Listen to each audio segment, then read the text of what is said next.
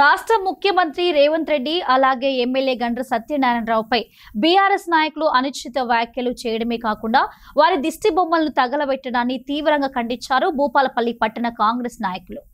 ఈ మేరకు భూపాలపల్లి పట్టణంలోని అంబేద్కర్ సెంటర్లో కాంగ్రెస్ పార్టీ పట్టణ అధ్యక్షుడు ఇస్లావత్ దేవన్ ఆధ్వర్యంలో ఆదివారం పార్టీ నాయకులతో కలిసి నిరసనకు దిగారు. ఈ సందర్భంగా మాజీ ముఖ్యమంత్రి కేసీఆర్, మాజీ ఎమ్మెల్యే గండ్ర రమణారెడ్డి దిష్టి బొమ్మలను దహనం చేసి బీఆర్ఎస్ నాయకులారా ఖబర్దార్ అంటూ హెచ్చరించారు. అనంతరం మీడియాతో మాట్లాడారు. భూపాలపల్లి నియోజకవర్గాన్ని అభివృద్ధి పథంలో నడిపిస్తున్న ఎమ్మెల్యే గండ్ర సత్యనారాయణరావుపై మాట్లాడిన మాటలను వెంటనే వెనక్కి తీసుకోవాలని హెచ్చరించారు. లేని పక్షంలో రాబో రోజుల్లో ప్రజలే మీకు బుద్ధి చెప్తారని మండిపడ్డారు. ఈ కార్యక్రమంలో పార్టీ సీనియర్ నాయకులు, మహిళా నాయకురాలు పాల్గొన్నారు.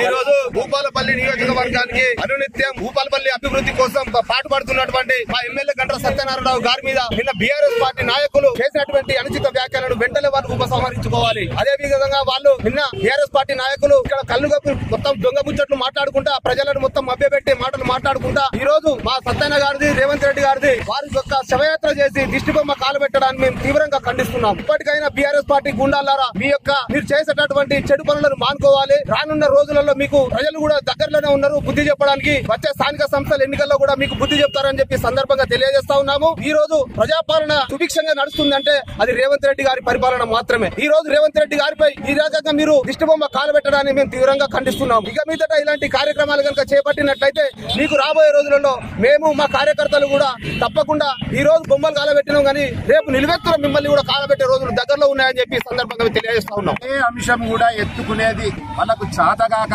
ఏ అంశం లేక వాళ్ళని ప్రజలు పూర్తిగా తిరస్కరించారు, బహిష్కరించారు. అయినప్పటికీ ఏదో ఒక అపనింద వేసి అద్భుతంగా కొనసాగుతున్నటువంటి తెలంగాణ రాష్ట్ర ప్రభుత్వ పరిపాలన ఈ నియోజకవర్గంలో అద్భుతమైనటువంటి డెవలప్ చూస్తూ ఉంటే ప్రజలు ఎంతో సంతోషంగా ఉన్నారు. ఆ సంతోషాన్ని చూసి ఓర్వలేని బీఆర్ఎస్ ప్రజలు, బీఆర్ఎస్ కు సంబంధించినటువంటి లీడర్లు గతంలో పచ్చి దొంగతనాలు చేసినటువంటి వాళ్ళు దొంగే దొంగ అన్న చందాన వాళ్ళ మాటలు గాని వాళ్ళ చేష్టలు గాని ఉన్నాయి.